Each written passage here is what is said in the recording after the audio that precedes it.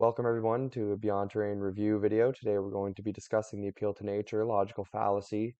I have much to say about this fallacy, and I think a great way to sort of introduce us to the topic may be to review a video on the topic and see what we can come up with here. So without further ado, let's jump in, and I'm going to pause and have a few comments as we go here. So.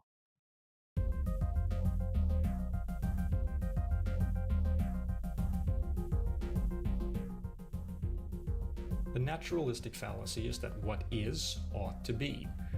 The appeal to nature is that what is natural, as in not man-made, is good and that which isn't is bad. You get this all the time from woo peddlers. This product is natural, so obviously it's much better than that crap someone made in a laboratory.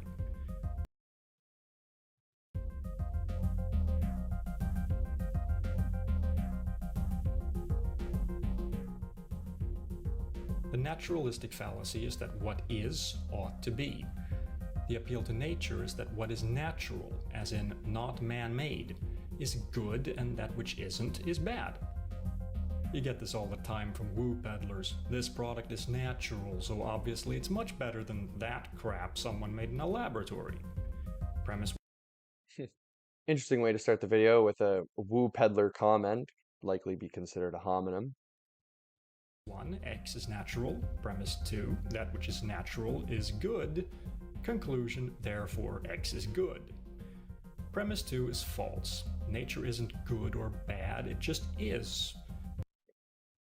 I couldn't agree more. Humans try to ascribe morality to nature when nature just is.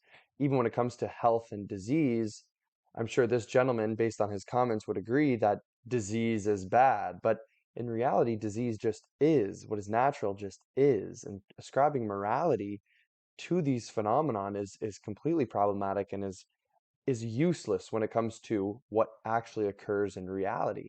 And if you study the person who brought forth this concept of the appeal to nature fallacy, he talked a lot about how health actually isn't a good or bad thing at all. What is healthy isn't necessarily good or bad. And so making the claim that an appeal to nature when you're talking about health is sort of different. I would agree that based on the premises here that X is natural, that which is natural is good, therefore X is good. I completely agree, but we shouldn't ascribe morality to nature, and we shouldn't ascribe morality to disease as well. It's our bodies trying to achieve some sort of homeostasis, right? We're all trying to achieve some sort of balance. And when it comes down to it, ascribing morality to some sort of natural phenomenon is what this fallacy is fundamentally about and why it's so misinterpreted in this day and age. Premise 2 is false. Nature isn't good or bad, it just is. Naturally, humans are hunter-gatherers, but with agriculture, we get access to much more food than without it. And if you think agriculture is natural, you clearly haven't looked at how plants grow in the wild compared to how they grow in our fields. It's not natural for plants to grow in monocultures the way they do in fields. Such monocultures can't be sustained without active effort to remove undesired plants, commonly referred to as weeds. So clearly this whole agriculture thing can't be good, right? I mean, just look at what happened to the human population after the agricultural revolution. It absolutely skyrocketed. Oh, wait. This is hilarious to me. Because is more people on the planet a good thing? Is good? Is that good or bad? Many people would say it's bad. Certainly the eugenicists among us think that it's bad. Again, can you ascribe some sort of morality to this? Is higher crop yields a good thing or is it a bad thing? We're looking at calorie per acre. Maybe we should be looking at nutrient per acre. So is producing more food good? Obviously, the food has gone down in nutrients and it's gone up in toxicity due to our modern agricultural practices. Toxicity, of course, being the pesticides and perhaps the GMOs as well. So I'm not trying to ascribe morality here, but I would certainly say that you could argue that monocultures are not conducive to nature, right? As this gentleman pointed out, which I agree, they are completely unnatural. And I would say that they are certainly unhealthy. I would say that they're not conducive to nature or the natural human diet, which in turn leads to disease. Now, if we want to ascribe morality to this, this is where this logical fallacy comes in. But stating that monocultures are unhealthy is not a false premise whatsoever. Similar population growths accompanied the inventions of more efficient farming methods, antibiotics, vaccines, and the introduction of indoor plumbing, which allows for better hygiene. Look, nature isn't like in Disney movies.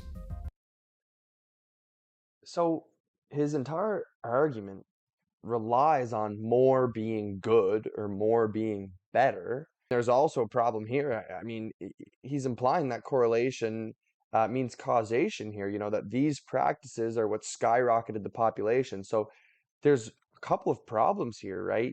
He's ascribing morality to the agricultural practices and, vaccines, antibiotics, whatever it is, just because they're unnatural doesn't mean they can't be good. But his premise that increased population is better or that, more food production is better, it's completely problematic. That is a false premise completely. And As I alluded to earlier, this fallacy is used all the time as a marketing ploy. 100% natural is used as a selling point. Dude, arsenic is 100% natural. Of course, this is funny because arsenic is a naturally occurring element, obviously. And actually, some literature suggests that it is a necessary element that the body needs in small quantities.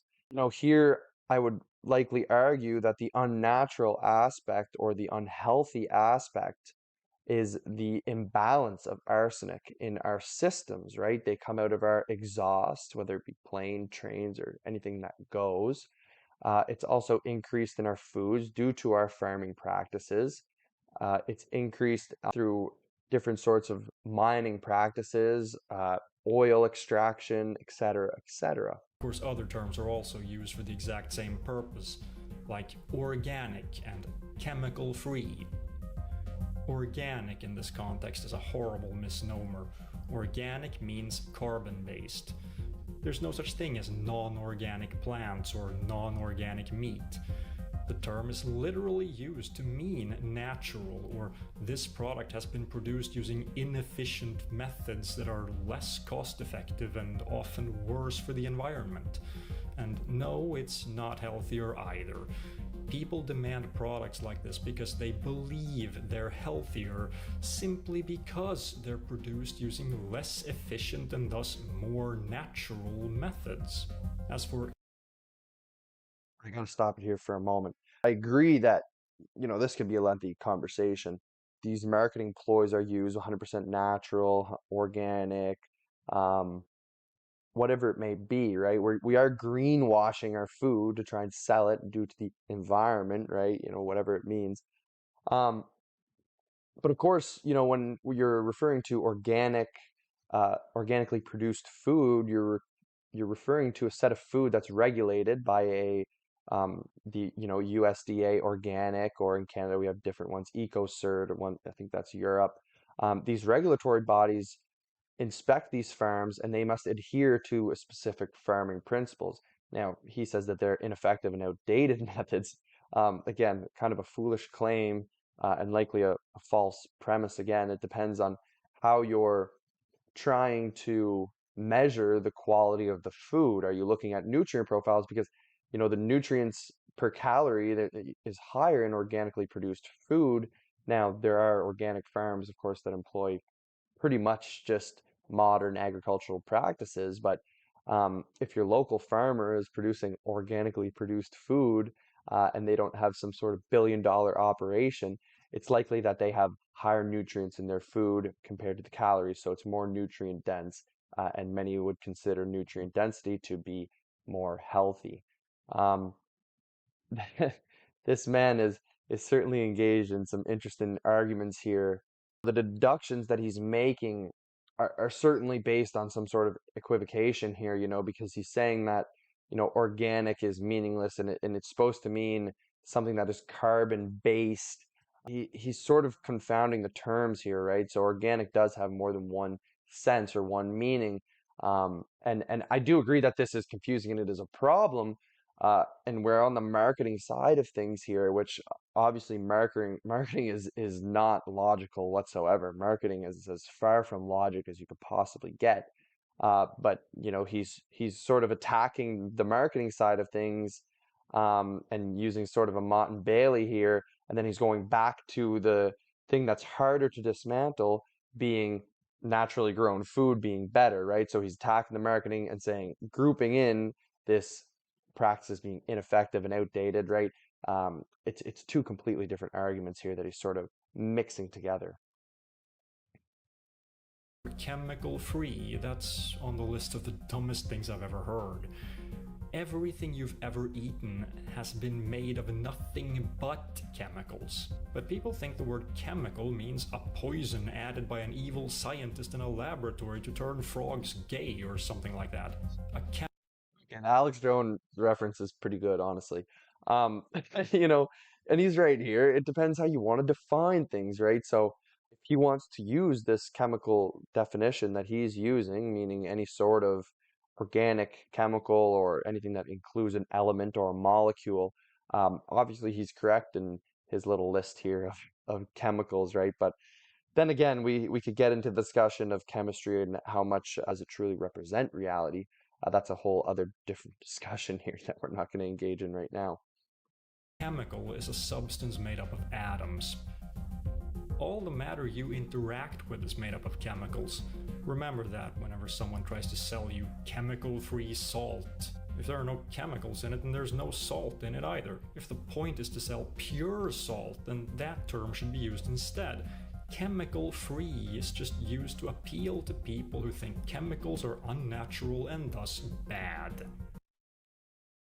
I don't know many companies or people who use chemical free. A lot of people say spray free or pesticide free or synthetic free or preservative free.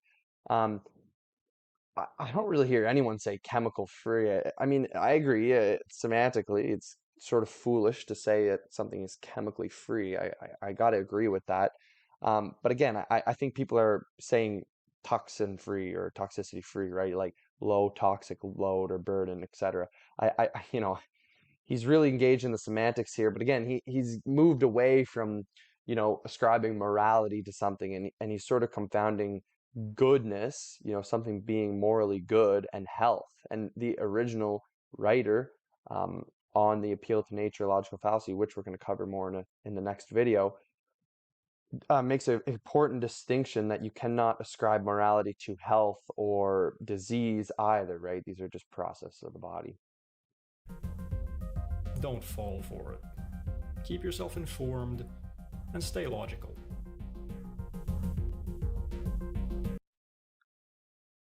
Yeah, I mean, it was a good video. We have Martimer 81, few logical fallacies throughout the video. I think you could probably make the case that he was engaged in a hominin. He was certainly confounding terms, right? Some equivocations. He sort of strawmans in some areas too, when it comes to organic. He thinks correlation equals causation, that more is better, more is good. Um, I don't really understand that more is better population. A lot of people think that the world is overpopulated, and I certainly wouldn't necessarily go that far and agree with that statement.